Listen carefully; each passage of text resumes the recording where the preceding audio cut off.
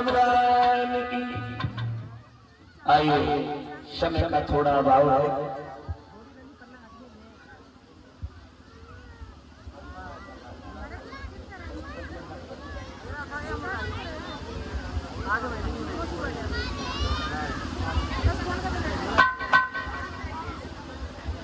इसी मध्य में 101 रुपए भ्राता राजू जो नंगलाथान के रहने वाले हैं उनकी तरफ से आए हैं। राजकुमार भैया जो नंगलाथान से आए हैं, 101 मुद्राएं दान कर रहे हैं भगवान भंडार से प्रभु के। आइए, अति संक्षिप्त में पद को हटाते हुए गद्य शैली में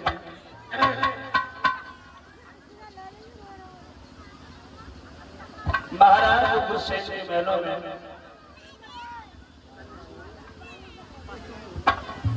साउंड ऑपरेटर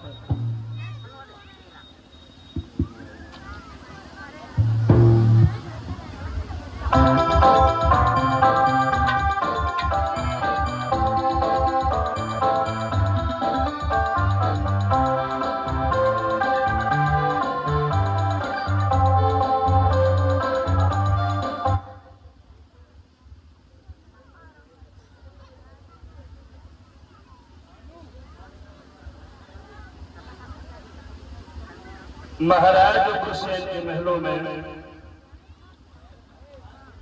पवन रेखा के उधर से जो बालक पैदा हुआ, तरह तरह के अपशकुन नजर में आने लगे। गर्गाचार्य ब्राह्मण जी ने जब नामकरण किया है तो उस बच्चे का नाम रख दिया कंस। अभी कंस नाम का बालक जब धीरे धीरे बड़ा हुआ है,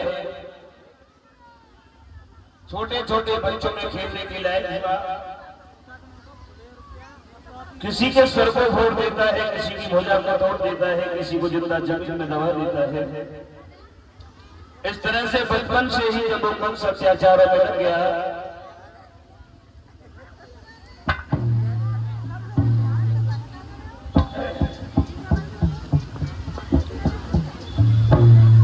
बचपन से ही जब वो कंस अत्याचारों में लग गया तो कंस की शिकायतें मथुरा के लोग महाराज उग्रसेन से जाकर के करते हैं। महाराज उग्रसेन ने कंस को बहुत समझाया, मगर उसने अपने रास्ते को नहीं बदला और इसी प्रकार से अपने रास्ते पर चलता चला गया। जब धीरे धीरे वो कंस सयाना हुआ, समझदार हुआ है, बड़ा हुआ है, उसकी उपद्रव भी बढ़ गई।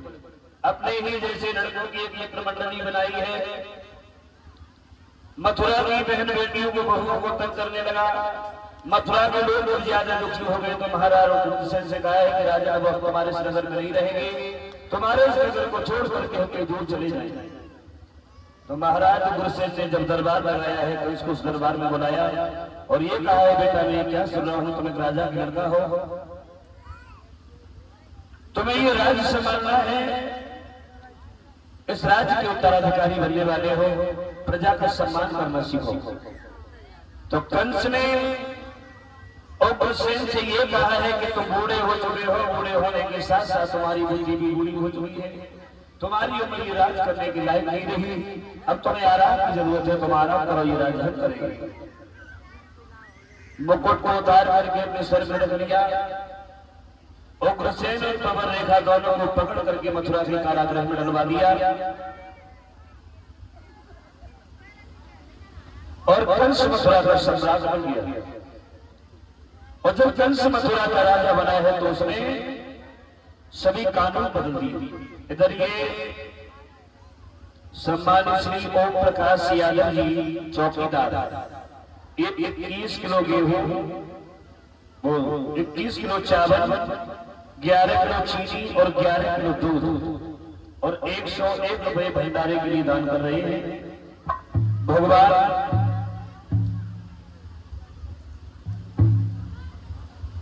भगवान भोले बाबा धन धन शिव के भंडार भरे, यही प्रभु से कामना है। कंस जब मथुरा का राजा बना है तो उसने क्या दशा बनाई है।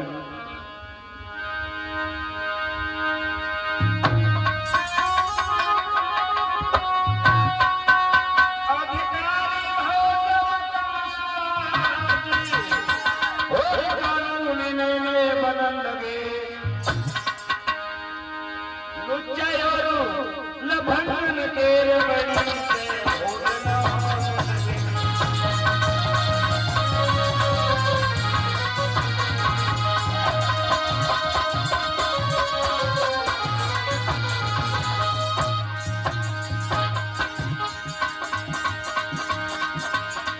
अधिकारी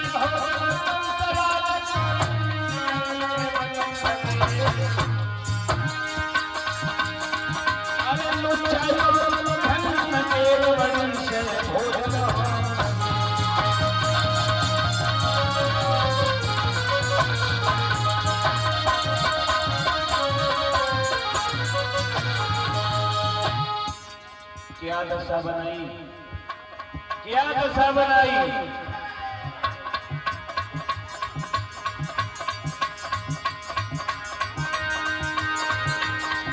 गौशाला कहीं जल रही है, देवा में कहीं टूटते हैं, पड़ती है मार ब्राह्मणों पे ऋषियों के माथ फूटते हैं।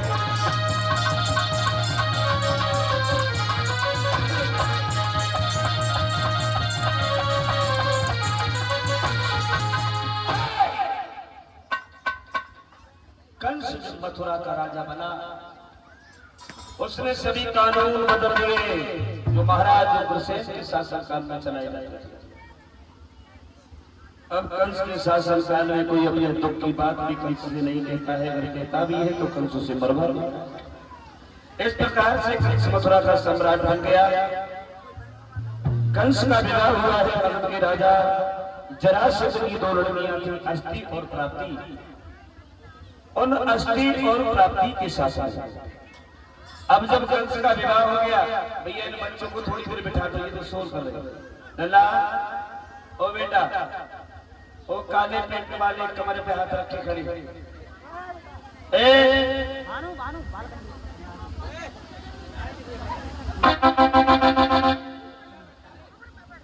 बैठ जाओ, ए बैठ जाओ।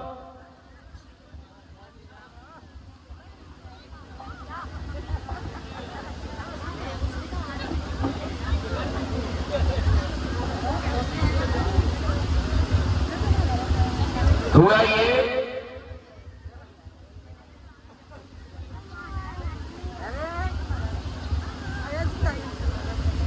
कंस का विवाह हो गया। कंस ने अपने मन में विचार किया है, हमारे घर में हमारी एक बहन है चचेरी। कंस के जो चाचा थे इनका नाम था देवक। देवक के घर में 7 लड़कियां थी। 6 लड़कियों का विवाह देवक में पटेश्वर के राजा थे महाराज सूरसेन के पुत्र वसुदेव। 6 लड़कियों का विवाह वसुदेव ने साथ में कर दिया। 7वीं लड़की जो सबसे छोटी थी, जिसका नाम था देवकी, जिस देवी को कंस बहुत करता था, मन में विचार किया है मुझे अपनी बहन देवकी का विवाह कर देना चाहिए। देवकी का विवाह किसके साथ करें? बोले वसुदेव के अतिरिक्त इस दुनिया में हमारी नजर में कोई दूसरा लड़का है ही नहीं। वसुदेव बहुत अच्छी राजा है, हमारे विचार भी उनसे मिल जाते हैं। मेरे चाचा ने मेरी 6 बहनों कामी के साथ विवाह किया है, तो क्यों ना ही देवी का भी विवाह हम वसुदेव के साथ कर। ये विचार हृदय में करने के बाद उस कंस ने देवी का टीका वसुदेव के लिए सौरीपुर में भिजवा दिया। उधर वसुदेव ने टीका स्वीकार कर लिया, इधर कंस ने शादी की तैयारी की है। शादी की तिथि जो निश्चित की है, उधर बारात लेकर के वसुदेव चले हैं। ये सौरीपुर से मथुरा की बारात चली है।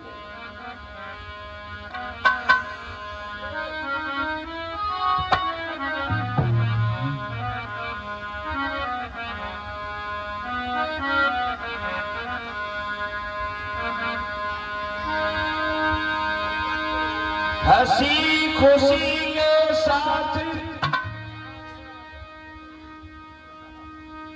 सजी बारात मथुरा आई।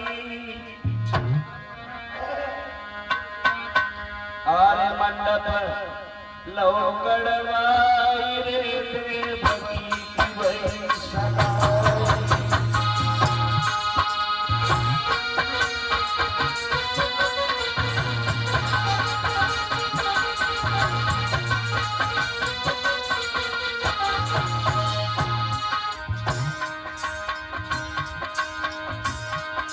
बड़ी हंसी खुशी के साथ वसुदेव बारात लेकर के मथुरा में आए। कंस ने अपनी चचेरी बहन देवकी का विवाह वसुदेव के साथ में कर दिया। बहुत सा दहेज दान दिया है, हीरे जवाहरात घोड़े हाथी नौकर। और सुबह को जब विदा हुई है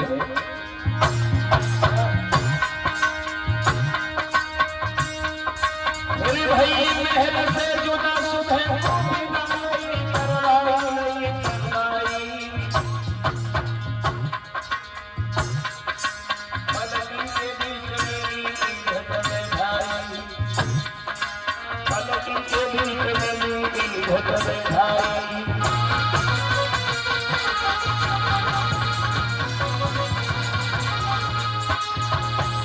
बड़े ही हर्षोल्लास के साथ में कंस ने अपनी बहन देवकी का विवाह वसुदेव के साथ में कर दिया और दहेज दिया है वो छपड़ों में भर के चलने लगा है। देवकी पालकी में बैठ करके चली तो कंस रथ लेकर के पहुंचा।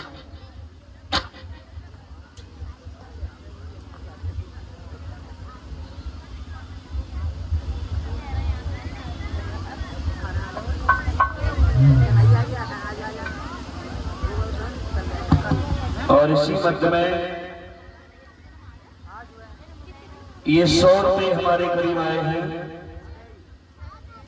भानु यादव नंगला भूरा में रहने वाले हैं, जो अभी आपकी इस भागवत कथा में वीडियो बना रहे हैं। भानु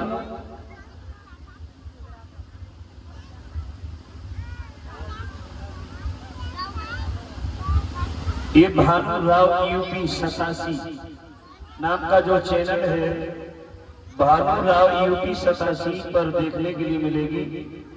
ये भागवत कथा जो भागवत कथा का वीडियो का कार्य कर रहे हैं भानु यादव नंगला भोरा से।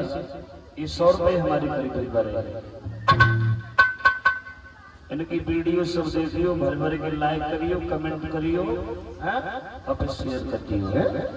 हाँ हाँ, घंटी बजाना ना भूले। थोड़ी देर बैठ जाइएगा। देखिए ये विलंब हमारा नहीं है। पहले तो आपकी कथा का समय 12 से 5 बजे का है, फिर हमें बताया गया बोले महिलाएं कुछ लेट निकलती हैं तो थोड़ी 1 बजे से कथा शुरू कर दो। अब 1 बजे की बजाय 1:30 बजे कथा शुरू हो रही है, तो अब हमारी मजबूरी है कि हम कथा ले कहाँ जाए। और उस कथा की उस समय में ही आप सबकी इच्छाएं भी हैं, कहोगी आला में चाहते हैं तो कहोगी भजन कीर्तन कछु तो है ही, तो समय वही है।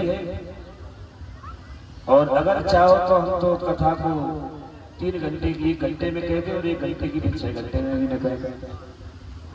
यहाँ तो पर्याप्त सामग्री है, कमी नहीं है, तो थोड़ा सहयोग बनाए रखें।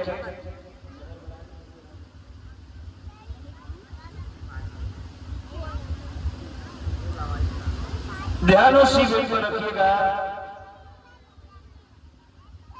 कंस ने देवी को उस पालकी से उतार करके रथ में बिठा लिया, लेके चल दिया।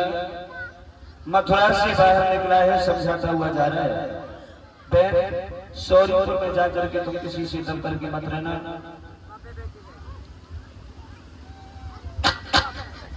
अगर कोई तुमसे कुछ भी कहे दबना नहीं, घमंड के साथ कह देना भगवान भोजराज वंश की बहन हूं, फिर भी नहीं मानेगा। 100 से उठाकर की मथुरा में ले आऊंगा, जिंदा जमीन में दबा दूंगा, तुम्हें कभी दुखी नहीं देखूंगा, मेरा हृदय दयालु है। इस प्रकार से कंस देवकी को समझाता हुआ जा रहा है। और तब तक एक आकाशवाणी हुई, आकाशवाणी, देवताओं ने आवाज